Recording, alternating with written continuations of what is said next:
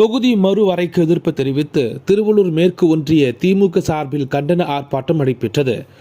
டெல்லி நாடாளுமன்ற சிறப்பு கூட்டத்தில் தொகுதி மறுவரையறை சம்பந்தமாக அரசியல் சட்டம் திருத்தம் மேற்கொள்வதற்கு தமிழ்நாடு முதலமைச்சரும் திமுக தலைவருமான மு.க.ஸ்டாலின் கடும் எதிர்ப்பு தெரிவித்ததோடு ஒன்றிய அரசுக்கு எச்சரிக்கை விடுத்து தமிழ்நாடு முழுவதும் எதிர்ப்பு தெரிவித்து ஆர்ப்பாட்டம் நடைபெறும் என வீடியோ ஒன்றை பதிவிட்டிருந்தார்.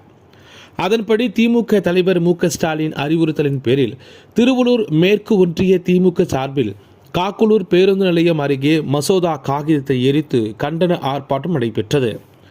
ஒன்றிய செயலாளர் ஆர். ஜெயசீலன் தலைமை தாங்கினார். ஒன்றிய அவைத்தலைவர் எத்திராஜ், ஒன்றிய துணை செயலாளர்கள் தரணி, சொக்கலிங்கம், சண்முகம், பொருளாளர் சீனிவாசன், மாவட்ட பிரதிநிதி TMR ரவிச்சந்திரன், பெருமாள்பட்டு பரமேஸ்வரன் மற்றும் திமுக நிர்வாகிகள், கழக தொண்டர்கள் என 100க்கும் மேற்பட்டோர் கலந்து கொண்டனர்.